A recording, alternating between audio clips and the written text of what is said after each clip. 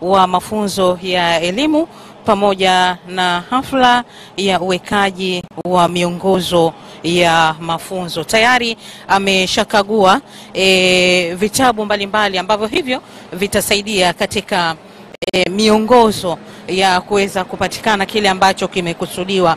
Ni kufahamishe tu mtazamaji wa ZBC ni kwamba mfanyaji hasa wa shughuli hii ni Good Neighbor Tanzania pamoja na Koika, ambao hawa ndio wafadhili.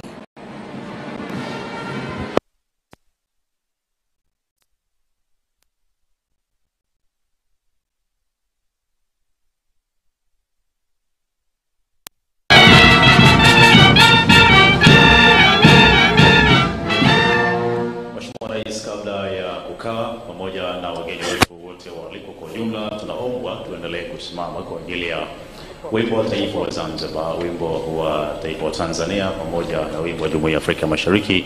Tukianza na wimbo wa taifa wa Zanzibar tukiongozwa na brass band ya chuo cha mafunzo brass band.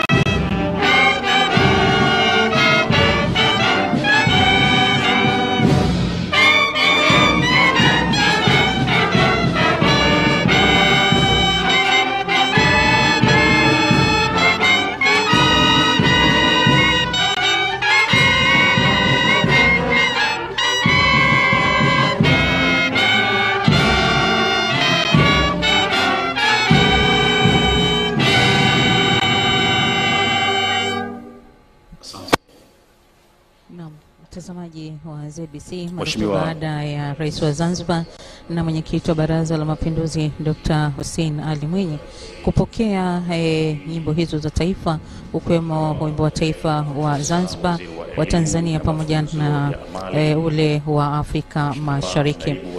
Mtazamaji, moja kwa moja hivi sasa tumsikilize mshereheshaji akitoa maelekezo ya namna ya shughuli hii itakavyokuwa. Korea Kusini nchini Tanzania, Katibu Mkuu Kiongozi na Katibu wa Baraza la Mapinduzi Mhandisi Ahmed Said, viongozi wote mliopo meza kuu mkiwakilisha katika wenzetu wa Good Neighbor pamoja na wenzetu wa Korea ya Kusini, waheshimiwa mawaziri mliopo, waheshimiwa manaibu mawaziri mliopo, makatibu wakuu na manaibu katibu wakuu, wakuu wa mikoa, wakuu wa wilaya mliopo wote, wakurugenzi wa taasisi za serikali na wakurugenzi wa taasisi binafsi, ndugu wanafunzi, ndugu waandishi wa habari, wageni waalikwa, mabibi na mabwana, asalamu alaykum.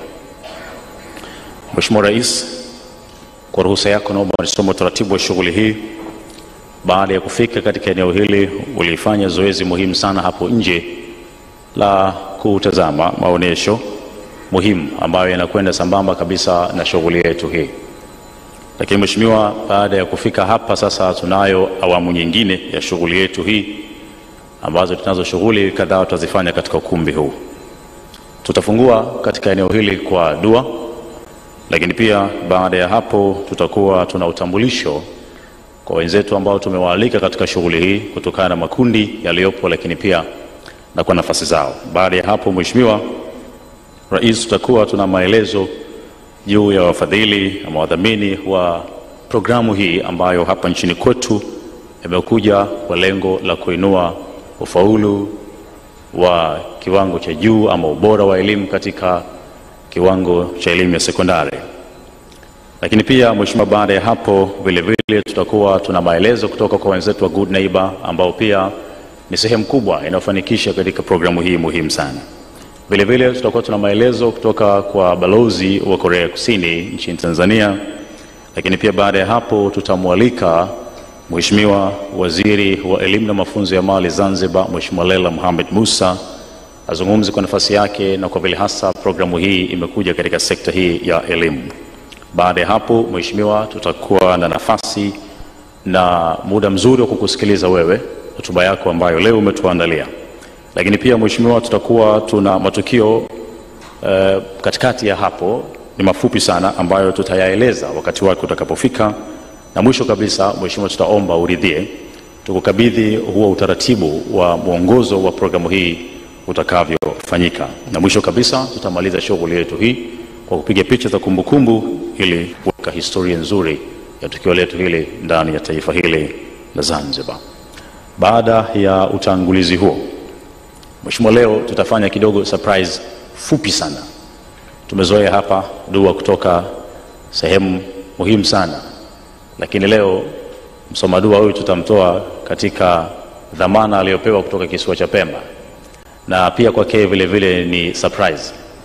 Tunataka tumpe afisa mdhamini wa Wizara ya Elimu na Mafunzo ya Amali Zanzibar kutoka Pemba, ili tupate baraka ya marashi ya karafuu kule kisiwani Pemba. Baada ya hapo tutaendelea taratibu. Mheshimiwa afisa mdhamini, leo tumekupa nafasi hii utufungulie kwa dua. Karibu.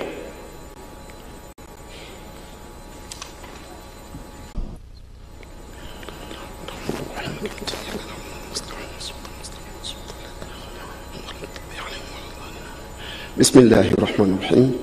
Tunakuomba Mwenyezi Mungu mwingi wa rahma, muumba mbingu na nchi, utujalie shughuli yetu hii ya mafunzo iende kwa salama na mafanikio. Utuondolee kila shari katika nchi yetu. Umuongoze rais wetu mpendwa kuyafikia yote ambayo kayapanga ya kheri kwa wananchi wake. Umpe nguvu, umzidishe hikma na busara, aifungue nchi yetu katika sekta zote ikiwemo hii ya elimu ambayo ndio hasa leo imetukushanya hapa. Rabbana taqabbal minna innaka antas samiul alim wa tub alaina ya maulana innaka antat tawwabur rahim. Allahumma sahhil lana min Rabbana atina fid dunya hasanatan wa fil akhirati hasanatan wa qina adhaban nar برحمتك يا أرحم الراحمين. صلى الله على سيدنا محمد وعلى آله وأصحابه وسلم. شكرا.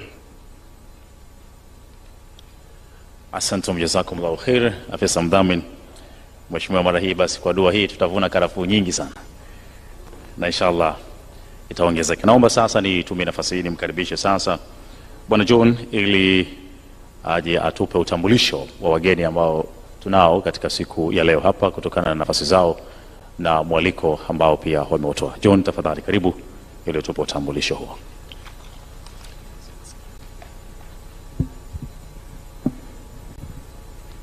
Asante sana ndugu MC. Assalamu alaikum. Mheshimiwa Rais, naomba nitumie fursa hii kuwatambulisha wageni waalikwa ambao wako pamoja nasi katika ukumbi huu. Kundi la kwanza, naomba nitambue uwepo wa mawaziri na manaibu mawaziri. Kama wapo naomba wapunge mikono. Asante. Naomba nitambue uwepo wa makatibu wakuu wa wizara. Asante. Naomba nitambue uwepo wa wawakilishi kutoka baraza la wawakilishi. Asante sana. Naomba nitambue uwepo wa katibu mkuu pamoja na maafisa wote wa Wizara ya Elimu na Mafunzo ya Amali Zanzibar. Asante sana.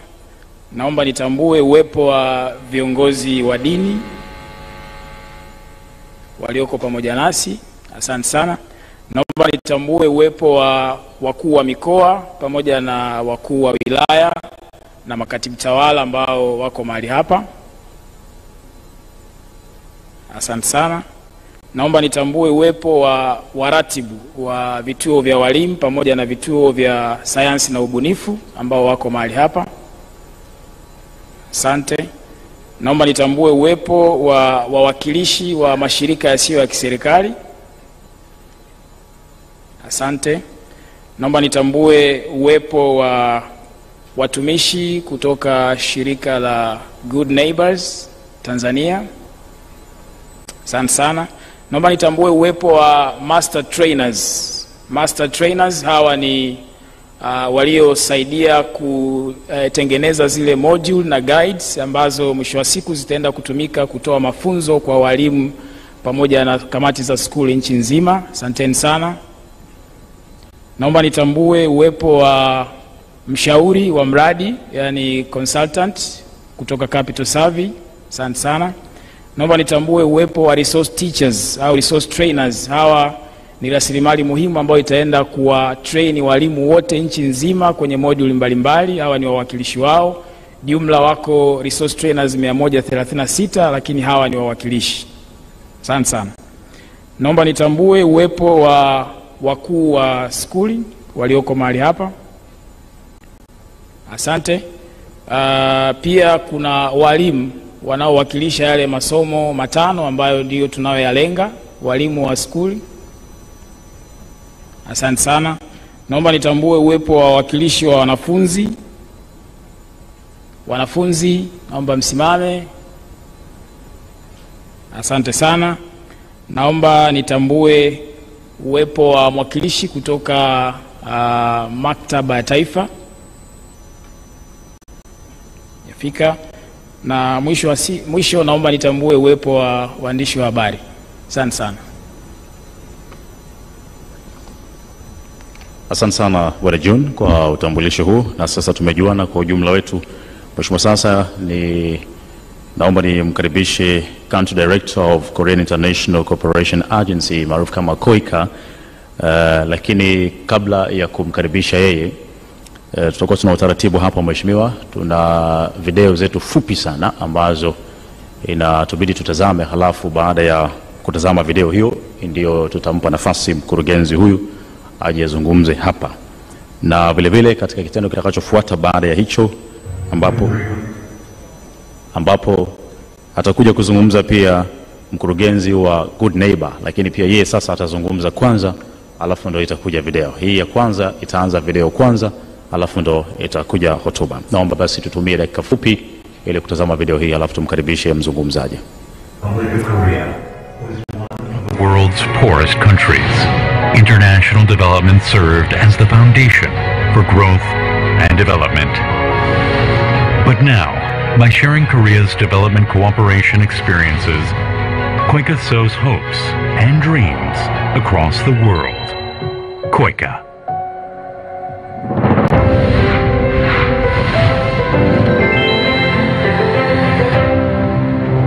KOICA is a leading development cooperation agency of Korea that supports the economic and social development of partner countries and contributes to the peace and prosperity of the international community.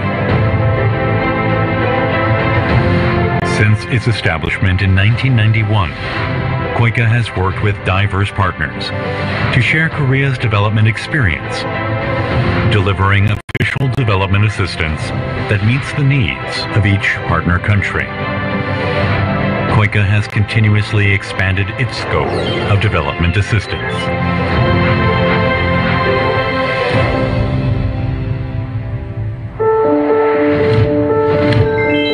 KOICA embraces the diversity of culture and environment and conducts its development cooperation projects considering the region, project sector, and project type. KOICA manages projects in 125 countries across the world in Asia Pacific, Africa, Latin America, the Middle East, and Central Asia.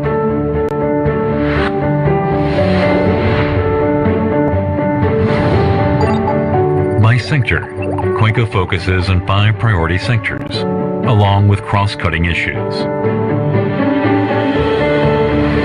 Quality education for a better future. Health and medicine for a healthy life. Public administration for a democratic state management system. Technology, environment and energy capacity building to strengthen the infrastructure. Agriculture, forestry and fisheries development to raise income and quality of life in rural areas, as well as various multi-sectoral efforts to tackle global issues.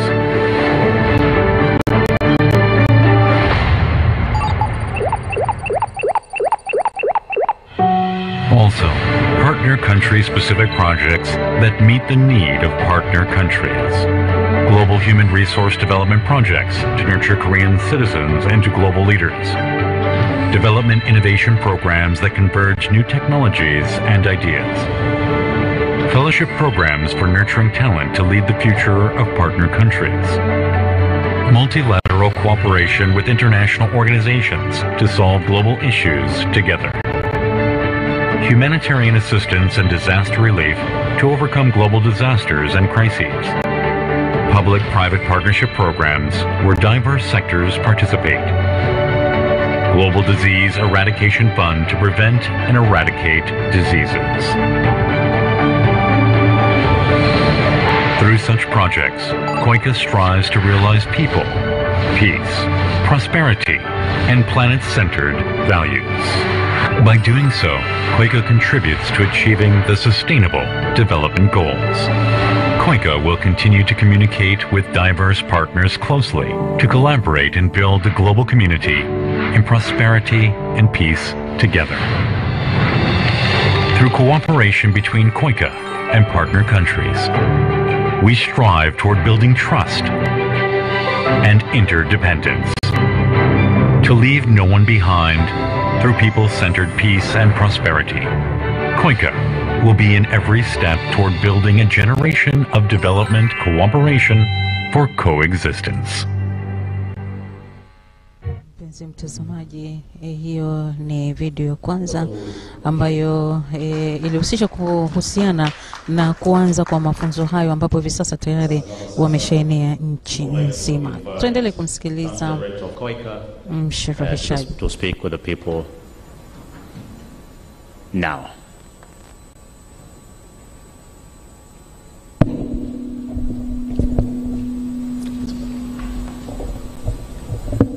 This podium, please.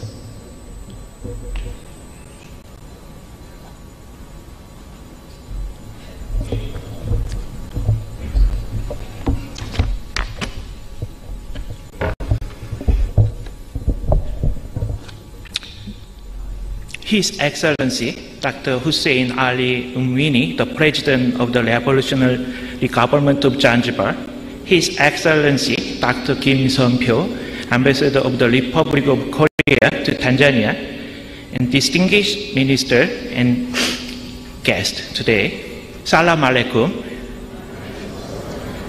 Habari jasubui. 진화랑군이 규철어 미미니 크룬겐지와 시리칼라 KOICA 은치니 Tanzania. KOICA is the governmental development agency dedicated to providing social and economic development program in partner countries. KOICA has been assisting Tanzania through project implementation, capacity building, and scholarship program for governmental officials, and dispatch of volunteers to schools and hospitals. Zanzibar is a very close partner and friend to KOICA, and KOICA has been implementing enhancing quality of secondary school education for English, math, and science since 2018 with $10 million US. I'm very proud to tell you that this is the largest, the biggest budget project KOICA has ever implemented so far in Tanzania. Besides this project, KOICA has established the Kuala Media Education Center to produce Happy Talk English education TV program for children in Zanzibar. Now KOICA is implementing the radio education project for secondary school science, math, and English program by utilizing Kuala Media Education Center from 2021. And KOICA is implementing the establishment of girls-friendly school environment project in Unguja and Pemba from 2020 by supporting new hostels for girls in secondary schools.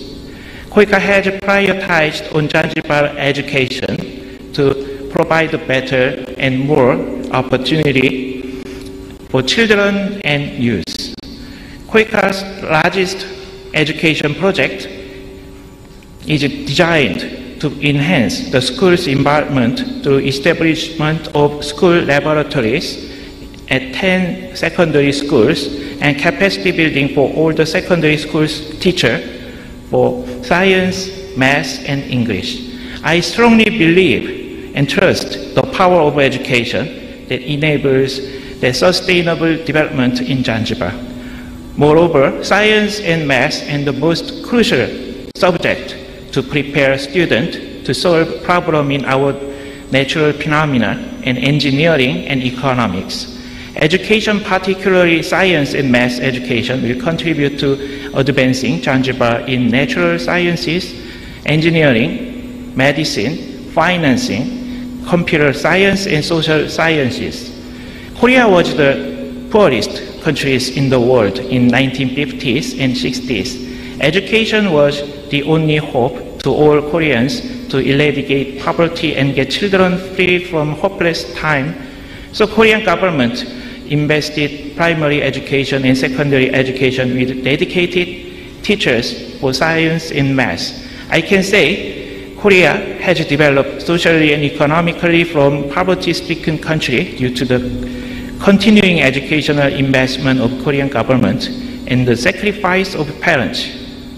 All parents in Zanzibar have bigger aspiration and commitment to their children's education than any other parents in the world. I also acknowledge the revolutionary government of Zanzibar has strong education commitment to reach Zanzibar Vision 2050. Hence, this KOICA education project will contribute to giving quality science and math and English education opportunities for all the children and realizing Education Development Plan 2021 to 2025 and Zanzibar Vision 2050. Now children and youth are in schools, but they will lead the bright future of the beautiful Zanzibar. Lastly, KOICA will stay with children, youth, parents, teachers, and the revolutionary government of Zanzibar to realize our mission, achieving prosperity for all and no one left behind. Shukrani, asanteni sana. Msemaji wa ZBC, basi huyo ni director wa Korean International country director of KOICA, Mr.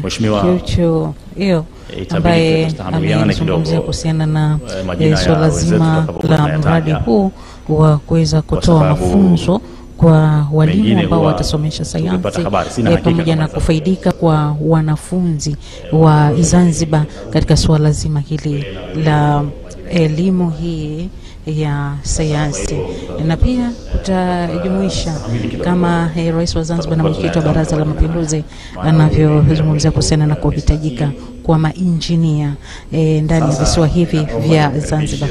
Director of Good Neighbor Miss Soni Chung, naye sasa azungumze kwa niaba ya Good Neighbor. You're most welcome. Please clap for Miss John.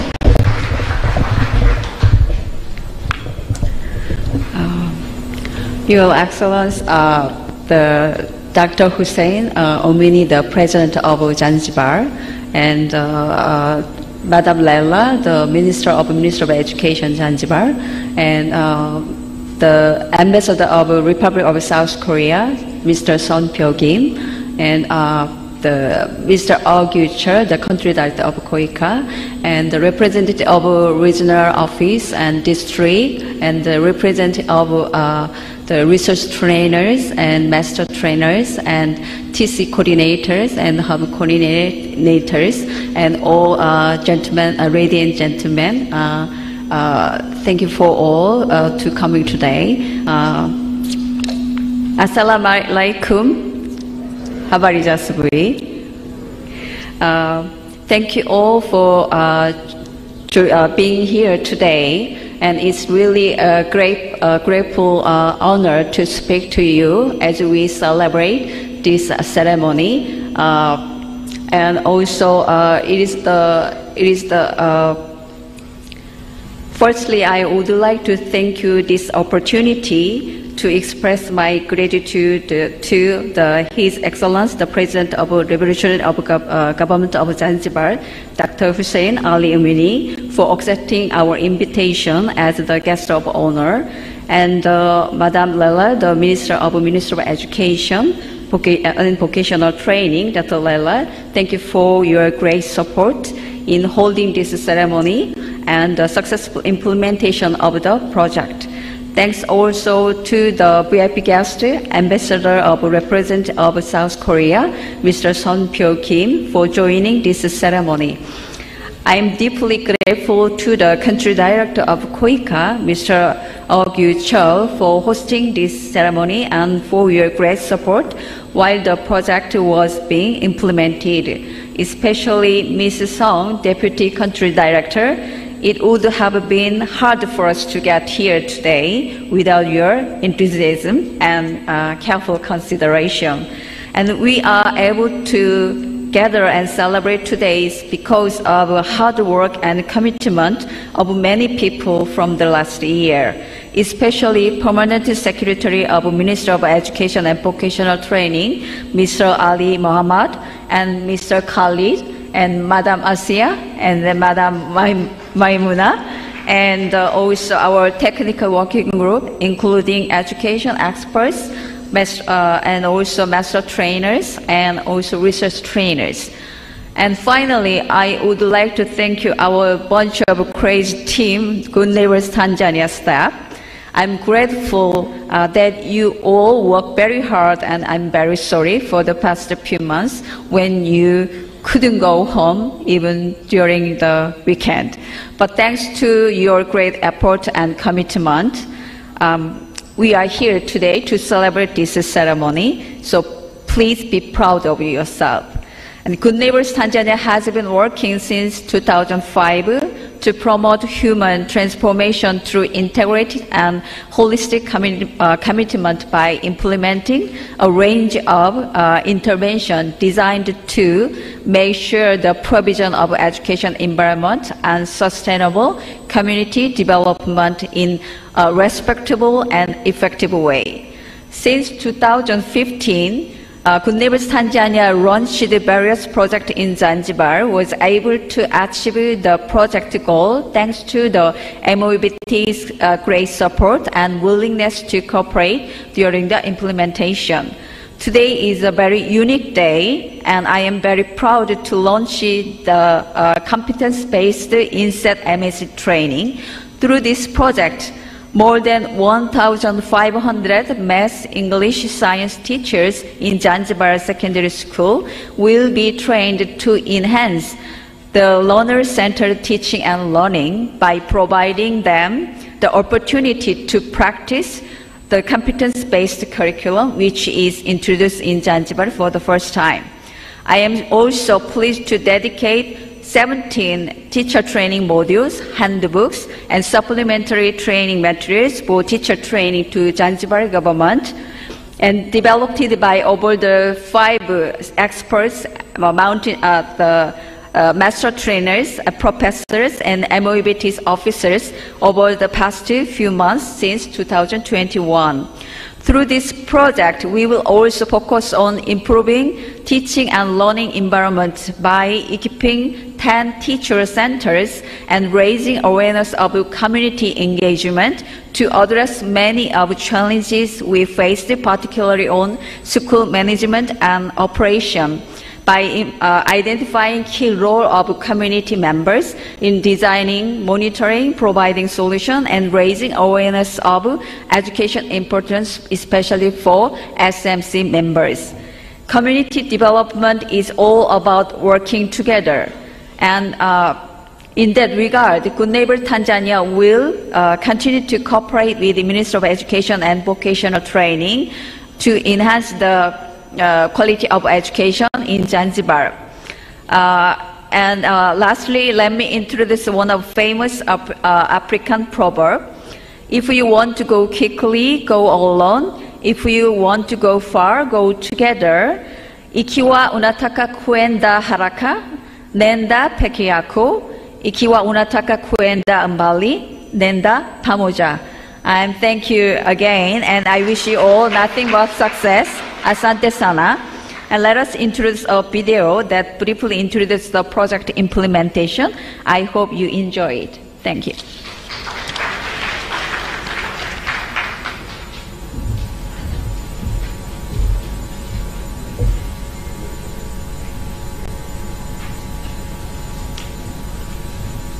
Mtazamaji wa ZBC, ndivyo alivyomalizia mama yetu hapa.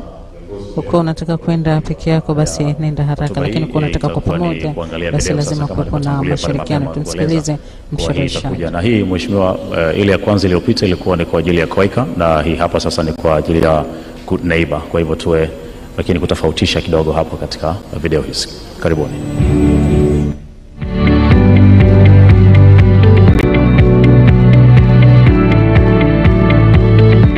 Education is a key sector that contributes significantly to a country's economic development. Hence, the need to develop up-to-date systems to match the fast-growing technology and curricula in the world.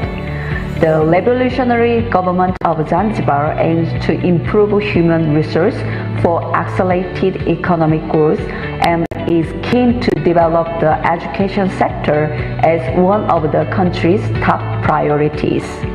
EQS's JET project, funded by Korea International Cooperation Agency, is specifically designed to contribute to the national development strategy in Zanzibar by enhancing the quality of secondary school education through a holistic approach in Zanzibar. Strengthen teacher competency. Improve teaching and learning environment infrastructure. Strengthen the role and responsibility of parents and the community.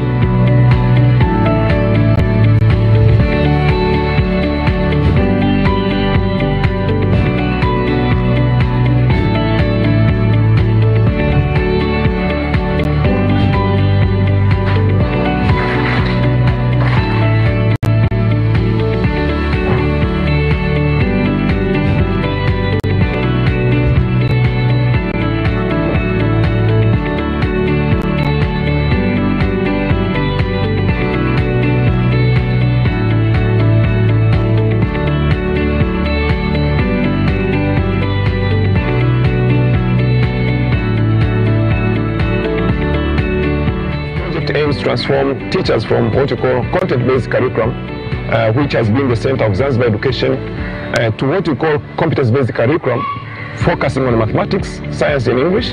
We hope that it will help teachers understand the concept of competence-based curriculum and how it can be implemented when they are teaching their subjects, mathematics subjects, science, and English in general. We conducted diagnostic studies, needs assessment, and baseline survey to assess challenges influencing teachers' motivation and factors affecting implementation of competence-based curriculum for secondary school teachers, particularly targeting Form 3 and Form 4 mathematics, science, and English teachers. This approach is efficient and applicable, focusing on essential practice in various large and inclusive classroom activities and assessments. EQSSEZ Resource Trainers Training was operated on the cohort system for continuous teachers' community activities. Each cohort involved about 25 teachers and learned how to design competence-based curriculum lesson plans for each subject for 6 days.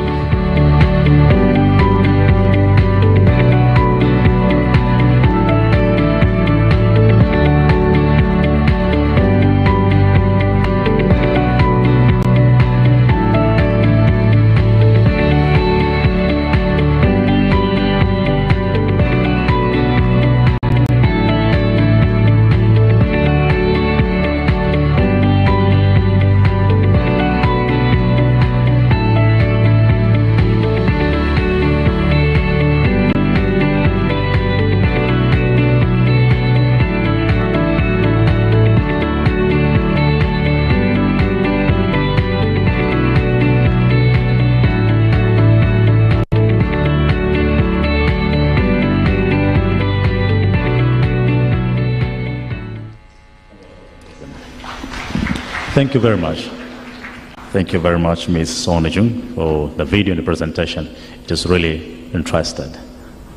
Na mheshimiwa, sasa baada ya kutazama video hiyo, ninaomba nimkaribishe the ambassador of South Korea ili azungumze na hadhara hii pia, tusikie pia kwa sababu kama ni sehemu kubwa ambayo imeweka mkono wake na nguvu yake kubwa juu ya programu hii.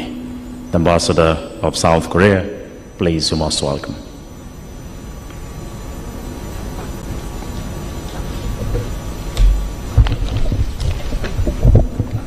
Good morning. Abaritat boy. The distinguished guest, His Excellency Dr. Hussein Al-Muini, of the President of Zanzibar, distinguished the Minister and Regional Commissioner, ladies and gentlemen from Zanzibar and Tanzania. It is my honor and great pleasure to participate in launching ceremony of education project this morning. On behalf of the government of the Republic of Korea, I would like to congratulate the work done, which is initiated by the revolutionary government of Zanzibar, along with the Korean government through Korea International Cooperation Agency, KOICA, and Good Neighbors, for the project of education competence based on curriculum in service training. The launching of the education project today is a symbol of a good diplomatic relation between Korea and Tanzania. Korea and Tanzania had established diplomatic relations in 1991, and this year marks the 30th anniversary of a good relationship. And Korean government, through KOICA, has allocated a lot of budget to cooperate with Tanzania. And for this project, for this education training project, Korean government has allocated $10 million for the development of education in Zanzibar, in particular, in the field of teacher training, program development, in the field of science, and English and mathematics. You know, education for secondary school is very, very important for the future of Zanzibar, for the future of Tanzania. The Korean government is very much committed in cooperating with Zanzibar for the development of secondary education in Zanzibar, for the future of Zanzibar. The government of the Republic of Korea has been sharing the development experience in education sector, in many other sectors around the world. In particular, in Zanzibar, we also very much willing to cooperate further with the Zanzibar government. Today, we launch competence-based curriculum in service training project for secondary school for English, science, and mathematics, mainly in Unguja and Pemba. The government of Republic of Korea, through KOICA, support Revolutionary Government Zanzibar through the Zanzibar Ministry of Education and Vocational Training to improve teaching and learning in secondary school in Zanzibar. I sincerely hope that the project we launched today will stand as a symbol of good friendship and cooperation between the Republic of Korea and the Zanzibar and the Tanzania. Thank you very much. We'll try to cooperate with Zanzibar and Tanzania further. Thank you very much.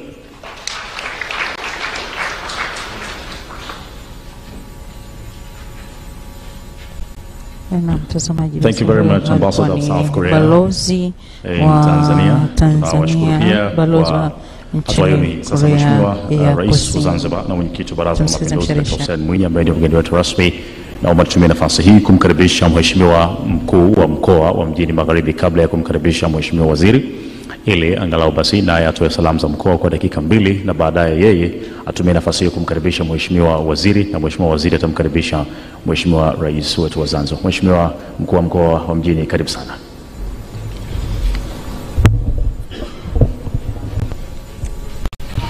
Mheshimiwa Rais wa Zanzibar na mwenyekiti wa Baraza la Mapinduzi Dr. Hussein Ali Mwinyi, Mheshimiwa Waziri wa Elimu na Mafunzo ya Amali ndugu yangu Leila, Naibu Waziri wa Elimu na Mafunzo ya Amali, Mheshimiwa Balozi wa Korea, Chief Secretary, waheshimiwa mawaziri, manaibu mawaziri, walimu wenzangu mliopo hapa, waandishi wa habari, wageni waalikwa, wanafunzi wetu, mabibi na mabwana, asalamu alaykum. Mheshimiwa Rais, hii ni shughuli yako leo, najua una activity nyingine kutoka hapa ya elimu. Basi kwanza nimshukuru Mwenyezi Mungu Subhanahu wa Ta'ala kwa kutujalia jambo hili likaweza kufanikiwa hapa leo, lenye mnasaba mzima wa hatima ya kizazi chetu kupitia walimu wetu ambao watapata training kubwa. Niseme karibuni sana kwenye mkoa wetu. Lakini mheshimiwa, pia niwashukuru ndugu zetu wa KOICA ambao kwa namna moja ama nyingine jambo hili wameona wasapoti walimu wetu. Nikiwa mkuu wa mkoa huu wa Mjini Magharibi, naamini na wenzangu, kwa sababu hatopata nafasi kuja hapa, na haya ni manufaa kwa Zanzibar, walimu wetu sasa wakesha chongwa, wataenda kuandaa vijana wetu kwenye ushindani, hasa kwa upande wa science. Tukushukuru sana Mheshimiwa Rais kwa kuendelea kutuletea neema hizi. Mheshimiwa, mwaka huu ndani ya mkoa wetu tuna kijana ambaye yumo katika 10 bora ndani ya Tanzania katika wanafunzi wetu. Naamini kwenda kutengenezwa walimu hawa wakawa sasa ni walimu wazuri katika area ya science, itatusaidia sana sana, na sisi pengine tufikie kama Korea Kusini, tuweze kuassemble robot, tuende kuassemble mambo mengine yanao mnasaba na science. Baada ya kusema hayo, karibuni. Na sasa kwa heshima na taadhima, Mheshimiwa Rais, mwembe Mheshimiwa Waziri wa Elimu na Mafunzo ya Amali aje aseme na yeye mwenye kijungu chake hichi, halafu yeye tena kukaribishe wewe utupe yale mazuri ambayo umeadhamiria. Karibuni sana, na mji bado uko salama na tunaomba kazi iendelee. Asanteni sana.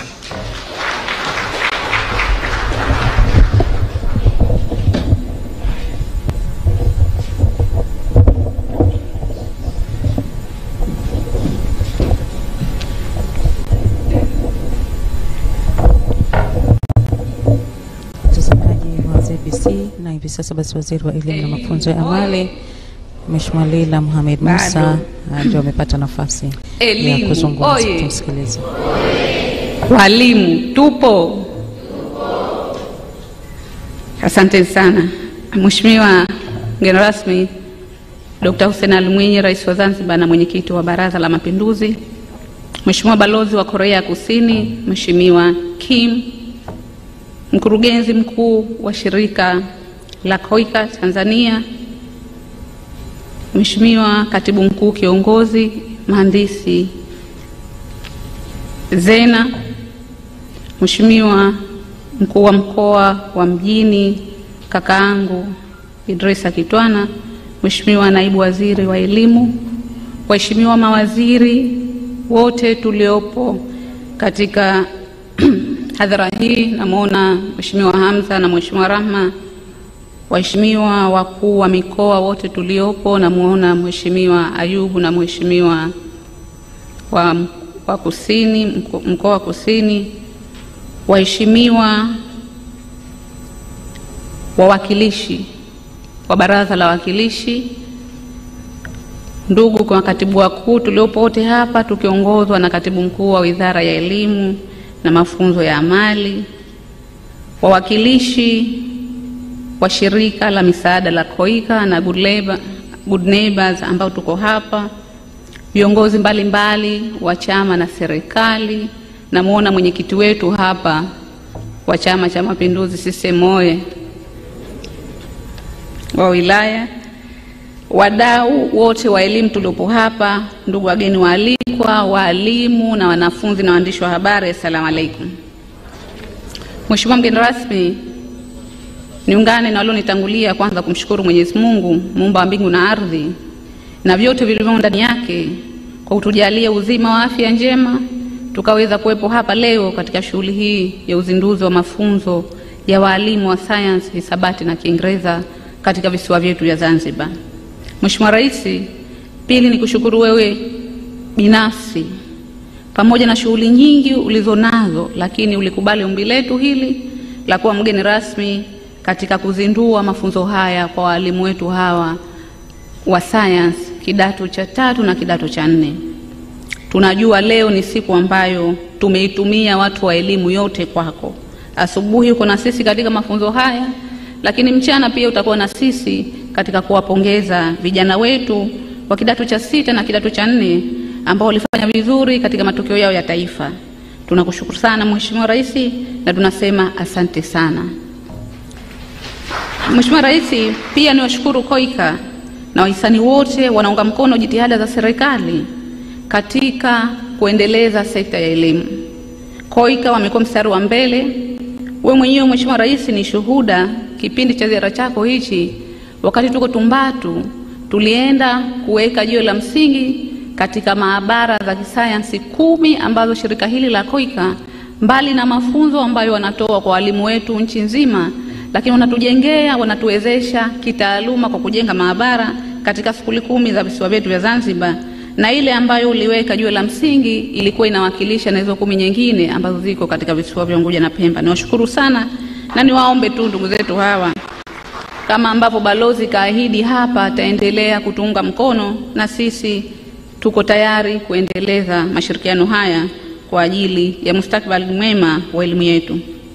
Mheshimiwa mgeni rasmi, shughuli hii inaonekana ni ndogo sana, lakini hii shughuli tuliopo hapa ni wachache, na kwa sababu ni walimu wote wa Zanzibar hii tumeruhusu irushwe live katika vyombo mbalimbali vya TV nchini kwetu, ili walio majumbani waweze kuona jitihada za serikali na wahisani wanazochukua katika kuwekeza katika elimu ili kuhakikisha tunapunguza changamoto nyingi katika sekta ya elimu. Mheshimiwa, pamoja na kurushwa live, lakini uwepo wako wewe leo katika shughuli hii Mheshimiwa, imetufariji sana sana watu wa elimu. Imetupa moyo sana kuona nia yako na dhamira yako ya kutunga mkono zile jitihada ambazo tunachukua na initiative mbalimbali katika kupambana na changamoto za elimu katika sekta yako. Mheshimiwa mgeni rasmi, hatuwezi kuzungumza maendeleo ya nchi bila kuzungumza umuhimu wa wataalamu mbalimbali katika nchi hiyo. Taifa lolote ambalo haliwekezi katika elimu lina mashaka ya baadaye katika vijana ambao watakuwa katika taifa hilo. Serikali yako Mheshimiwa Rais imekuwa ikichukua jitihada za dhati. Ni juzi tu katika fedha hizi za uviko umewekeza bilioni 68 katika elimu. Kwa kweli Mheshimiwa, tunakupongeza na tunakushukuru, na hii inatupa moyo sasa na hizi jitihada mbalimbali za wahisani, kama sisi tunawekeza katika miundombinu na wao wanawekeza katika miundombinu. Lakini pia Mheshimiwa, mafunzo haya kama taarifa ambayo imetolewa ni kwa ajili ya walimu wa science wa kidato cha pili na kidato cha tatu. Wanapigwa msasa, so kama hawajui kufundisha, lakini filosofi ya kufundisha ina vitu viwili. Inasema unapochagua ualimu umechagua kuwa mwanafunzi wa maisha. That is the principle of teaching. If you are a teacher, you are a learner of life. Ni lazima siku zote walimu hawa wajifunze voluntarily, that is tunasema informal, lakini formal kwa training kama hizi ambazo zinatolewa na serikali, lakini kwa kupitia wahisani kama hawa. Lakini kuna philosophy nyingine inasema katika teaching, ikiwa tutafundisha wanafunzi wa leo zisemwe kama ambavyo tulifundishwa wakati sisi tunasoma, tunaliharibu taifa, kwa sababu haiwezekani. Technology, innovations zilizofanyika enzi zetu ni tofauti, sasa hivi kuna vitu vipya. Na ndio maana tunacho kitengo maalum cha kufanya mafunzo kazini kwa walimu, na ndio hizi hatua ambazo zinafanyika. Mheshimiwa Rais, tukushukuru kwa kuja hapa na kuunga mkono jitihada hizi. Mheshimiwa, mafunzo haya ambayo unayazindua leo ni muendelezo wa mafunzo ambayo yalifanyika, mafunzo kama haya kwa walimu wa science katika kuanzia primary na kuja secondary lower level. Tulifundisha katika mradi wa ZISP walimu ambao walikuweko katika ngazi ya primary, na tukaja pia katika ngazi ya kidato cha kwanza na kidato cha pili.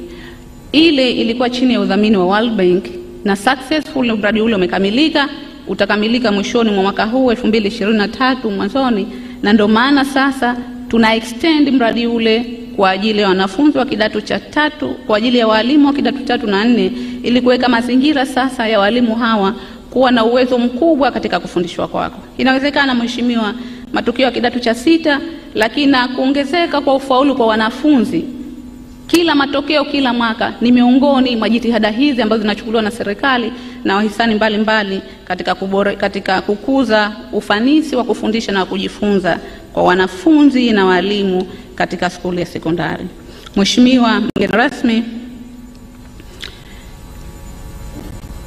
kwa sababu hadhara hii ni ya kwako, mimi baada ya kusema hayo nitoe shukrani za dhati kwako, niendelee kutoa shukrani zatu kwako kwa muda wako, lakini nitumie fursa hii sasa nikukaribisha rasmi ili uongee na hadhara hii iliyo mbele yako na uanze kutuzindulia rasmi mafunzo haya ambayo utazindua rasmi muda mchache unaokuja. Karibu Mheshimiwa Rais.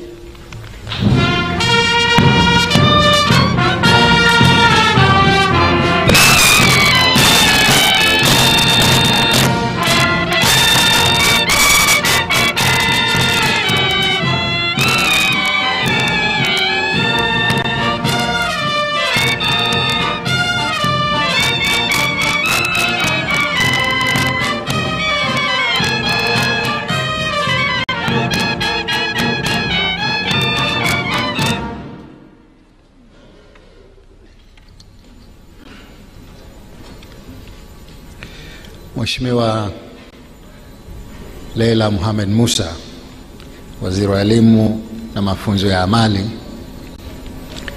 Waheshimiwa mawaziri mliopo, naibu mawaziri, Mheshimiwa Idrisa Kitwana Mustafa, mkuu wa mkoa wa Mjini Magharibi, waheshimiwa wakuu wa mikoa mliopo, katibu mkuu kiongozi na makatibu wakuu wengine mliopo, Mheshimiwa Mr. Sun Kim, balozi wa Korea Kusini nchini Tanzania, waheshimiwa wajumbe wa Baraza la Wawakilishi na wabunge mliopo, waheshimiwa viongozi mbalimbali wa vyama vya siasa na serikali, wawakilishi wa shirika la misaada la KOICA la nchini Korea Kusini, wawakilishi wa shirika la Good Neighbors, wadau wote wa elimu mliohudhuria, makamanda wa vyombo vya ulinzi na usalama, viongozi wa dini, waalikwa wengine wote kutoka taasisi mbalimbali mliopo hapa, ndugu walimu, wanafunzi, mabibi na mabwana, assalamu alaikum.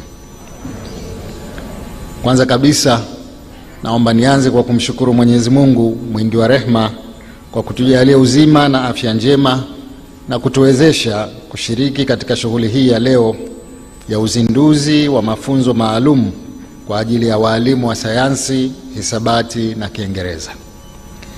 Shughuli inayokwenda pamoja na makabidhiano ya moduli na miongozo ya mafunzo.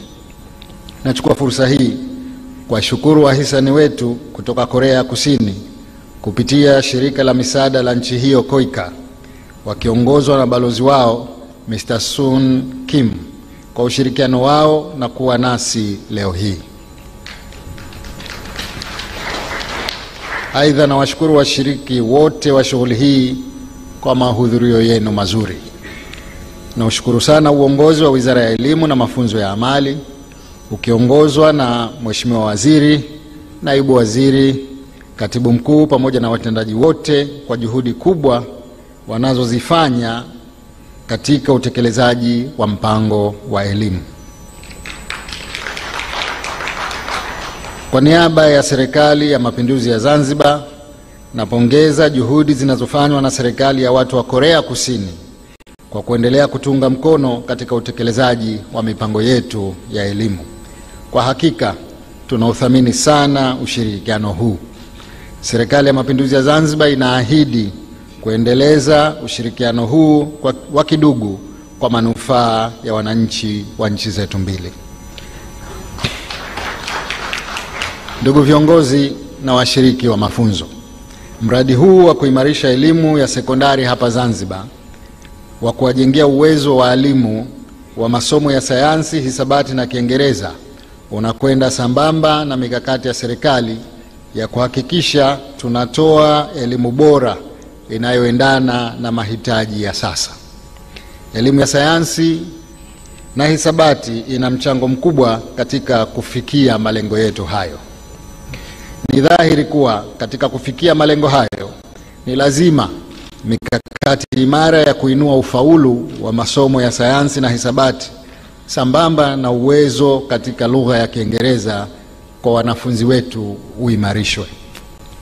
Katika kipindi cha miaka 5 iliyopita, kuanzia mwaka 2017 hadi 2021, matokeo ya wanafunzi katika mitihani ya taifa ya kumaliza elimu ya sekondari hayakuwa yakiridhisha.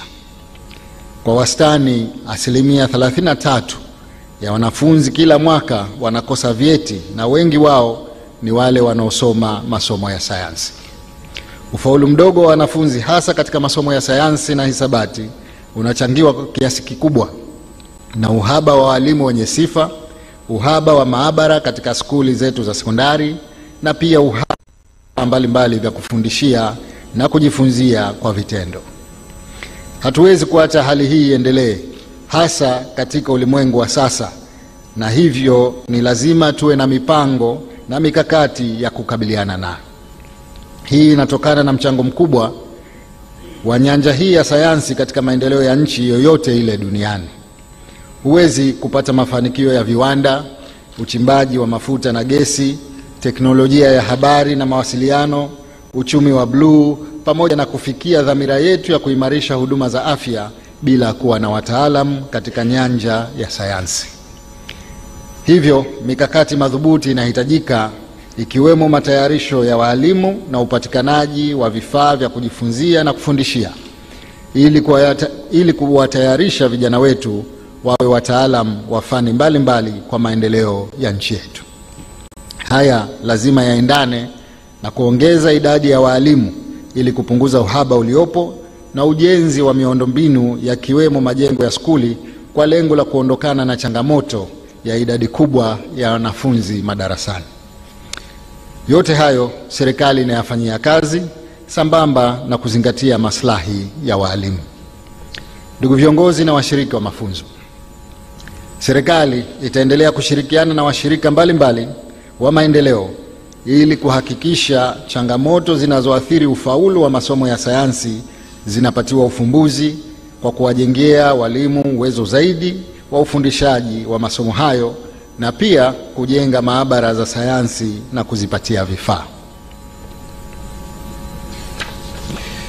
Nafurahi kusikia kwamba tulianza kuwapatia mafunzo walimu 600 wanaosomesha sekondari kidato cha kwanza na cha pili kwa masomo ya sayansi, hisabati na Kiingereza kupitia mradi wa ZISP ambao serikali inautekeleza kwa ushirikiano na Benki ya Dunia. Leo kwa kushirikiana na shirika la KOICA tutawapatia mafunzo walimu wa skuli ya sekondari wa kidato cha 3 na cha 4 wanaosomesha masomo ya sayansi, hisabati na Kiingereza Unguja na Pemba. Naipongeza wizara kwa kuona umuhimu wa hatua hii ili walimu waendane na jitihada na mikakati ya serikali ya kuongeza kiwango cha ufaulu wa wanafunzi wetu katika mitihani ya taifa ambapo dalili njema zimeanza kujitokeza. Hongereni sana kwa hatua hii. Ndugu viongozi na washirika wa mafunzo, tarehe 20 Julai ya mwaka 2022 katika ziara zangu za kukagua utekelezaji wa miradi katika wilaya ya Kaskazini A, nilitembelea pia mradi wa ujenzi wa maabara ya kisasa ya sayansi katika skuli ya Tumbatu Jongoe inayojengwa kupitia mradi huu unaofadhiliwa na KOICA ambao niliuwekea jiwe la msingi. Nafahamu kuwa maabara hiyo ni moja kati ya maabara 10 zinazojengwa kupitia mradi huu. Aidha, Wizara ya Elimu inajenga skuli 11 za kisasa Unguja na Pemba zikiwemo 7 za msingi na 4 za sekondari. Mkakati wa serikali kama nilivyosema ni kuhakikisha kuwa skuli zote mpya zinazojengwa zinakuwa na maabara za sayansi, maabara za kompyuta na maktaba za kisasa pamoja na kuzipatia vifaa. Haya ni miongoni mwa mageuzi makubwa ya elimu ambayo serikali inaendelea kuyafanyia kazi. Ndugu viongozi na washiriki wa mafunzo haya, kupitia mageuzi haya, Serikali ya Mapinduzi ya Zanzibar itaimarisha matumizi ya teknolojia katika skuli zetu ili kuimarisha ufundishaji na kujifunza kwa walimu na wanafunzi hasa katika ngazi ya elimu ya msingi na sekondari. Matumizi mazuri ya teknolojia yatarahisisha sana upatikanaji wa maudhui ya masomo mbalimbali, ufundishaji na tathmini ya maendeleo ya wanafunzi kitaaluma. Aidha, matumizi hayo ya teknolojia yatasaidia sana wanafunzi kuweza kujifunza popote walipo na si lazima kuwepo darasani. Sote tunakumbuka wakati wa janga la Uviko 19 pale ambapo skuli zilifungwa kwa takriban miezi 3, bado wanafunzi waliendelea kusoma. Nchi ambazo miundombinu yao ya teknolojia ilikuwa mizuri walifaidika zaidi katika kuendelea na masomo yao na hata kupata maudhui mbalimbali na vitabu kwa njia ya mtandao. Ndugu viongozi na washiriki wa mafunzo, changamoto ya uhaba wa ajira inatokana na mazoea ya watu wengi kutegemea kuajiriwa na serikali baada ya kumaliza masomo. Kuna haja sasa kuimarisha mafunzo yatakayomwezesha muhitimu kuweza kujiajiri. Serikali kupitia mageuzi ya elimu itaimarisha mafunzo ya amali na ufundi kwa kuhakikisha kila wilaya ina vyuo vya aina hiyo kwa ajili ya watoto wetu ili waweze kupata ujuzi wa ufundi utakaowawezesha kujiajiri wenyewe na kujipatia kipato kwa ajili ya kuimarisha maisha yao.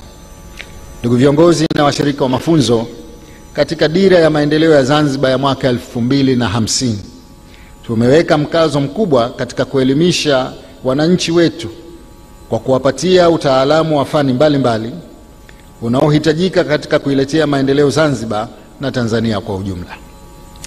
Hivyo mafunzo ya walimu wa sayansi 1322 yatakayochukua muda wa siku 30 ambayo tutayazindua leo yatasaidia sana matumizi mazuri ya miundombinu tuliyoijenga na tuliopanga kuijenga ya skuli na maabara katika kutayarisha walimu wa sayansi tunaowahitaji. Aidha, mafunzo haya yana mchango mkubwa kwenye utekelezaji wa mipango ya serikali na kimataifa ikiwemo Zanzibar Development Plan, ilani ya CCM na malengo ya maendeleo endelevu, hususan lengo namba 4 la kuhakikisha fursa sawa ya upatikanaji wa elimu bora na jumuishi kwa watu wote.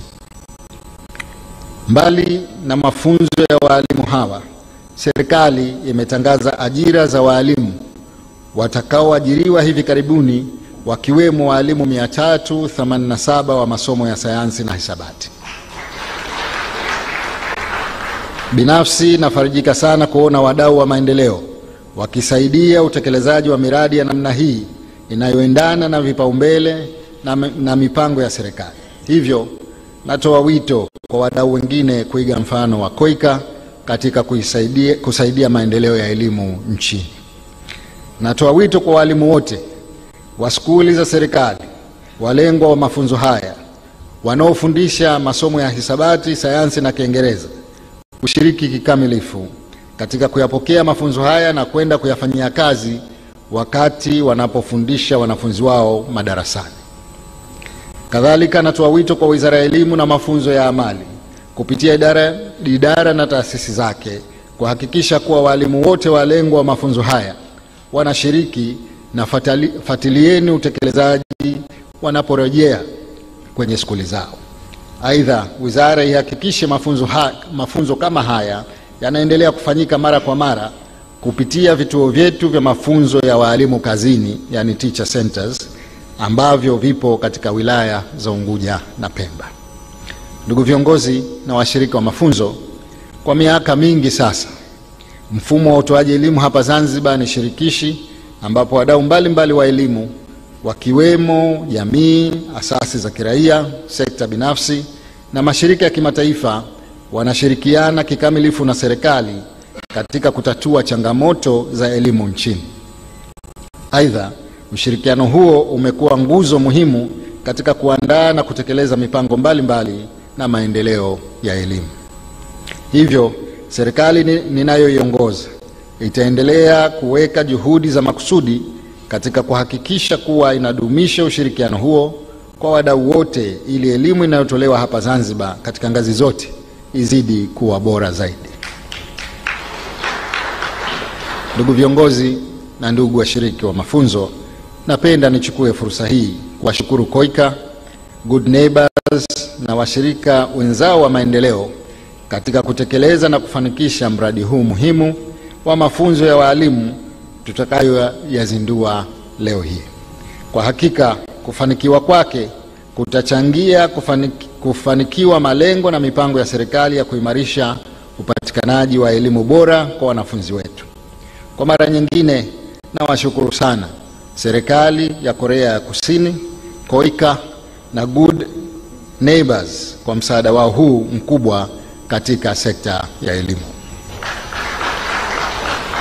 Aidha, na ushukuru uongozi wa Wizara ya Elimu na Good Neighbors kwa maandalizi mazuri ya shughuli hii, na pia na washukuru waalikwa na washiriki wote wa shughuli hii. Na watakia washiriki wote ushiriki mwema na mafanikio katika mafunzo haya ili waweze kutekeleza vyema majukumu yao.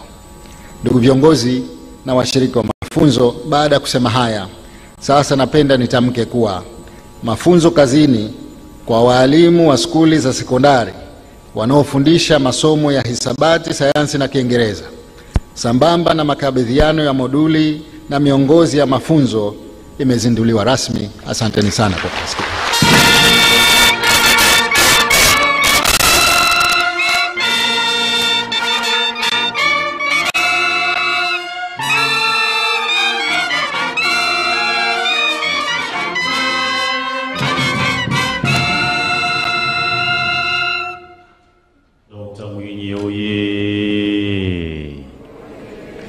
Mapinduzi, mapinduzi, mapinduzi. Tutayalinda, tutayatetea, tutayapigania kwa maslahi ya taifa potelea mbali. Mheshimiwa Rais, tunakushukuru sana kwa hotuba yako. Kwa hakika inaendelea kutupa faraja na kutupa dira ya maendeleo. Kwa hakika vijana wakisema wanaopiga mwingi wako katika 100%. Asante sana Mheshimiwa Rais. Mheshimiwa Rais, baada ya hotuba hii na kuzindua sasa programu hii, tunalo zoezi la kukabidhiwa utaratibu maalum, lakini kabla ya zoezi hilo naomba kwanza litangulie zoezi la kupiga picha. Baada ya zoezi la kupiga picha, Mheshimiwa Rais, tutakuomba uridhie ili tukukabidhi vitabu hivi vya mwongozo, na hapo iwe ni ishara sasa ya vitendo kwamba kazi imeanza. Naomba nitaje orodha ya picha ambazo tutapiga katika siku ya leo kwa ajili ya kumbukumbu ya shughuli hii muhimu sana. Mheshimiwa Rais, picha yetu ya kwanza itawahusisha waheshimiwa mawaziri, waheshimiwa manaibu mawaziri, waheshimiwa makatibu wakuu pamoja na manaibu katibu wakuu, lakini pia vile vile wakuu wa mikoa, wakuu wa wilaya pamoja na makatibu tawala ambao wamekuja kuwakilisha wakuu wa wilaya. Lakini pia tutakuwa tuna picha ya master trainers, halikadhalika resource trainers, walimu ambao wamepewa mafunzo na watakaotumika katika kutoa mafunzo haya. Vile vile tutakuwa na ndugu zetu wa Good Neighbor pamoja na NGOs ambazo zipo zinawakilisha kwa nafasi zao katika sekta hii ya elimu na hata katika sekta nyingine. Kwa nafasi hii sasa, kwa heshima kabisa, ninawaalika waheshimiwa mawaziri, waheshimiwa manaibu mawaziri, tangulie juu kwa ajili ya picha. Mkijitayarisha pia kusogea juu makatibu wakuu na manaibu katibu wakuu wote kwa pamoja, kwa sababu ya yenu naomba pia tuunganishe pamoja katika picha hiyo. Mheshimiwa makatibu wakuu pia naomba tuunganishe katika picha hii na manaibu katibu wakuu. Hello.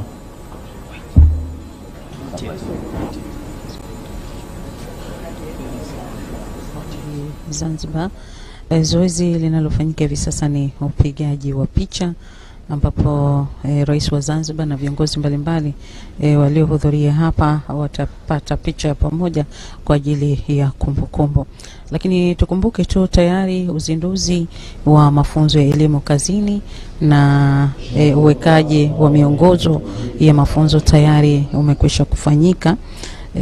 Kama alivyozungumza Rais wa Zanzibar na mwenyekiti wa Baraza la Mapinduzi Dr. Hussein Ali Mwinyi, uimarishaji ama kutaimarika zaidi ubora wa elimu, kama wenyewe walivyoelezea kwamba kuimarisha ubora wa elimu ya sekondari ndio lengo ambalo limekutanisha wadau hawa Good Neighbor Tanzania pamoja na KUICA Korea. Na tukumbuke kwamba Wizara ya Elimu na Mafunzo ya Amali ndio watakuwa wasimamizi wakuu kuhakikisha kwamba mafunzo ya walimu yanafanikiwa kwa kiasi kikubwa. Na mafunzo haya tayari yameshatolewa kwa upande wa miradi mingine ambapo yalihusisha kwa upande wa shule zile za primary.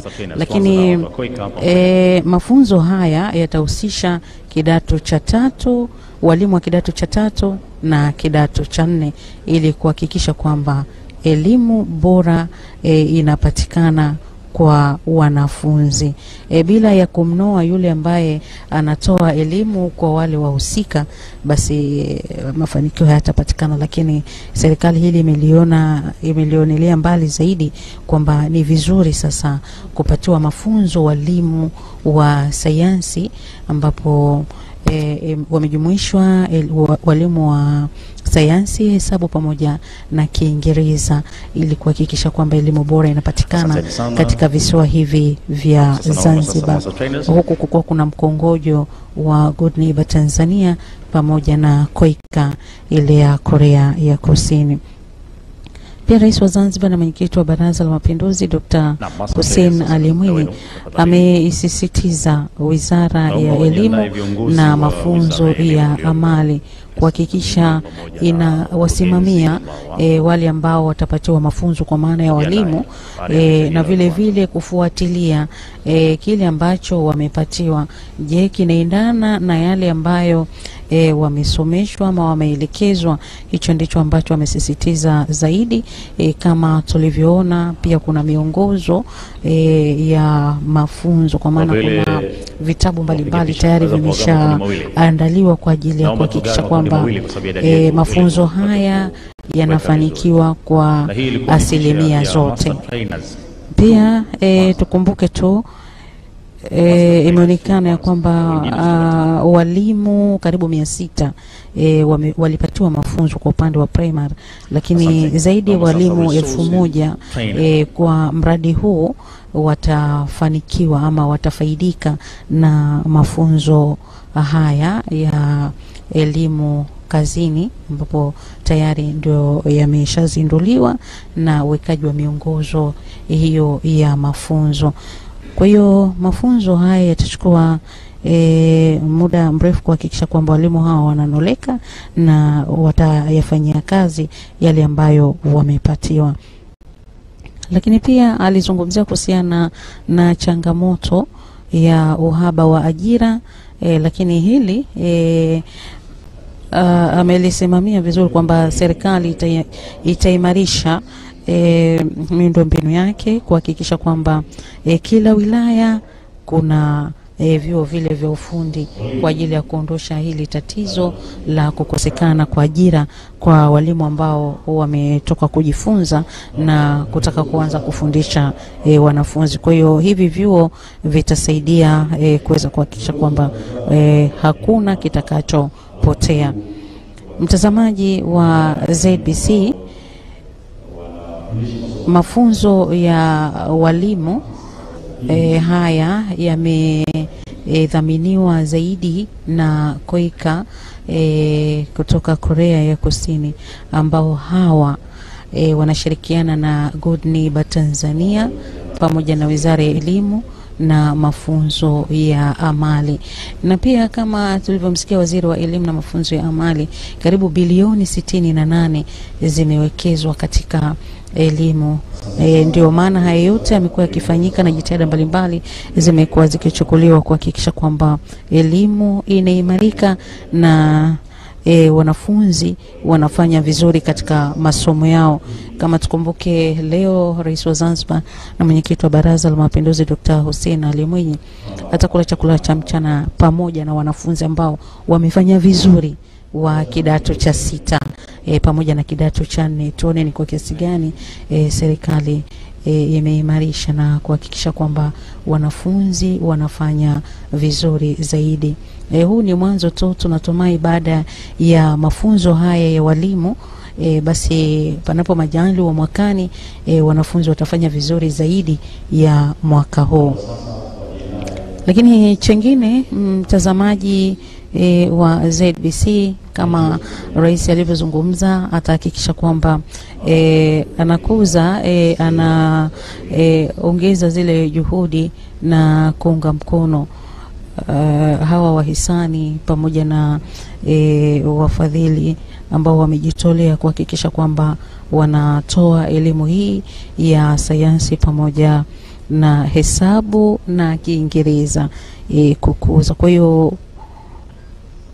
juhudi hizi ama ushirikiano huu atahakikisha unaendelea katika kufikia yale malengo ya kukuza elimu ndani ya visiwa hivi vya Zanzibar na jitihada za kuendeleza masomo haya ya sayansi, hesabu na Kiingereza.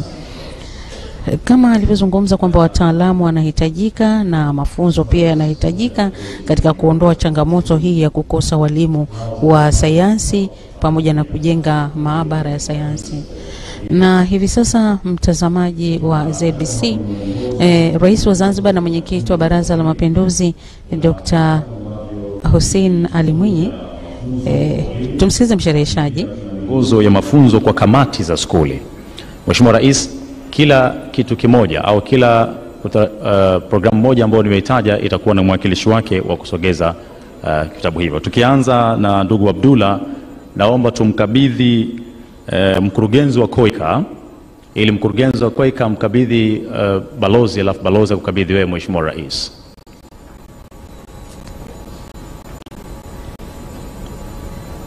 Hiyo Mheshimiwa Rais uliokabidhiwa ni miongozo ya mafunzo kwa walimu.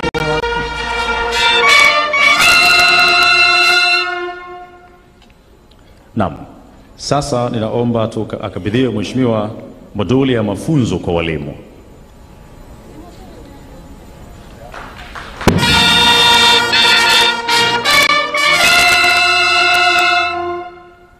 Mheshimiwa Rais, na ya mwisho kabisa ni miongozo ya mafunzo kwa kamati za skuli.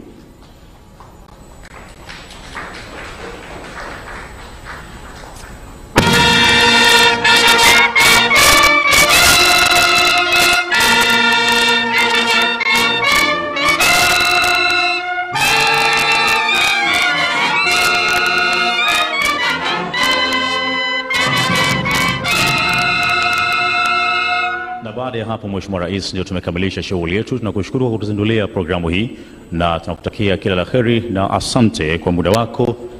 Na basi naomba tumsindikize kwa kupiga kofi huko Frankfurt, nayo pia ikitusaidia. Mheshimiwa Rais, karibu sana na tukutakia kila la kheri. Ya hafla hiyo ya uwekaji wa miongozo ya mafunzo, hivi sasa Rais wa Zanzibar na mwenyekiti wa Baraza la Mapinduzi Dr. Hussein Ali Mwinyi ndio anaondoka katika ukumbi huu baada ya kukamilisha lile ambalo lilimleta la uzinduzi wa mafunzo ya elimu kazini na hafla ya uwekaji wa miongozo ya mafunzo. Sasa hivi kinachosubiriwa ni kutoa wataalamu waliobobea katika fani ya sayansi, hesabu na Kiingereza. Mtazamaji, na sisi kutoka katika ukumbi huu hatuna la ziada. Kwa niaba ya wenzangu wote waliofanikisha matangazo haya ya moja kwa moja tukiongozwa na Swaleh, mimi ni Aziza Hassan, moja kwa moja basi tunawarejesha